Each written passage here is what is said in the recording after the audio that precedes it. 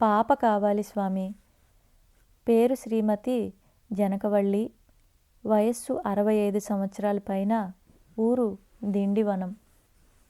మేము దిండివనంలో ఉండేవాళ్ళం. గత 25 సంవత్సరాలుగా మద్రాసులో ఉంటున్నాము. నా భర్త పేరు వీరరాఘవన్. ఒకసారి మేము పూండీకి వెళ్ళినప్పుడు నాకు అమ్మాయి పుట్టాలని శ్రీస్వామిని మనసారా వేడుకున్నాను. కొన్నాళ్లకు అమ్మాయి పుట్టింది. శ్రీస్వామి దర్శనానికి 3 నెలల పసిపాపను తీసుకుని వచ్చి పేరు పెట్టమని వారిని ప్రార్థించాను. కమల అని చెప్పి మళ్ళీ కమలాక్షి అని నామకరణం చేశారు శ్రీస్వామి. కొన్నాళ్లకు అబ్బాయి పుట్టాడు. బాబును శ్రీస్వామి సన్నిధికి తీసుకుని వచ్చాము. వాడికి పేరు పెట్టమని ప్రార్థించాము. అప్పటికి సాయంకాలం 6 గంటలైంది. శ్రీస్వామి, ఏమయ్యా, పేరు ఉదయం పెడితే ఏం అని అడిగారు. నా భర్త ఊరికి వెళ్ళవలసిన పని ఉందని చెప్పడంతో వెంటనే శ్రీస్వామి కమలకണ്ണన్ అని నామకరణం చేశారు. తర్వాత నా భర్త బయలుదేరి వెళుతూ నన్ను ఆ రోజు అక్కడే ఉండి మరునాడు ఇంటికి రమ్మని చెప్పి వెళ్ళారు. నేను మర్నాడు మరలా శ్రీస్వామి దర్శనం చేసుకుని ఇంటికి బయలుదేరాను.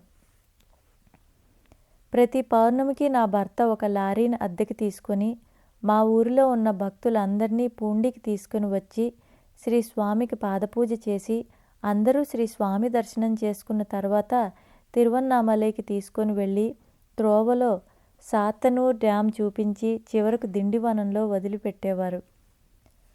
ఒకసారి నా భర్తకు స్వప్నంలో శ్రీస్వామి దర్శనమిచ్చి నంగిలికొండ రాధాకృష్ణన్ ఇంటికి వెళ్ళి వారి అబ్బాయిని చూసి రమ్మని చెప్పారు.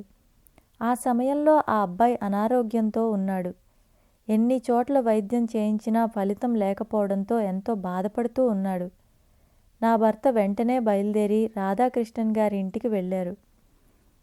ఆ బిడ్డకు శ్రీస్వామి ఇచ్చిన ఊదీని దేహానికంతా పూర్తిగా పూశారు. ఆ బిడ్డ ఆరోగ్యం కుదుటపడింది. ఆ తర్వాత నా భర్త శ్రీస్వామి సన్నిధికి వచ్చి వారికి నమస్కరించుకొని, ఏమిటి స్వామి, నాకు పెద్ద పెద్ద పనులు అప్పచెప్పారు అన్నారు. శ్రీస్వామి, ఏమిటయ్యా, నుదుట ఊదీ పెట్టమంటే ఎక్కడెక్కడో పూశారు అన్నారు. ఊదీని బిడ్డ దేహానికంతా రాసిన విషయాన్ని శ్రీస్వామి తాము అక్కడ ఉండి ప్రత్యక్షంగా చూసినట్లు చెప్పారు. మా ఆడపడుచుకు చాలా రోజుల వరకు వివాహం కాలేదు. ఆమె వివాహ విషయమై నా భర్త శ్రీస్వామిని ప్రార్థించారు.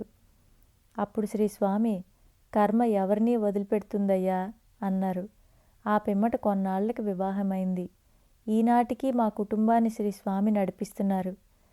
వారికి అన్నీ తెలుసు. వారికి ఏమీ చెప్పవలసిన అవసరం లేదు.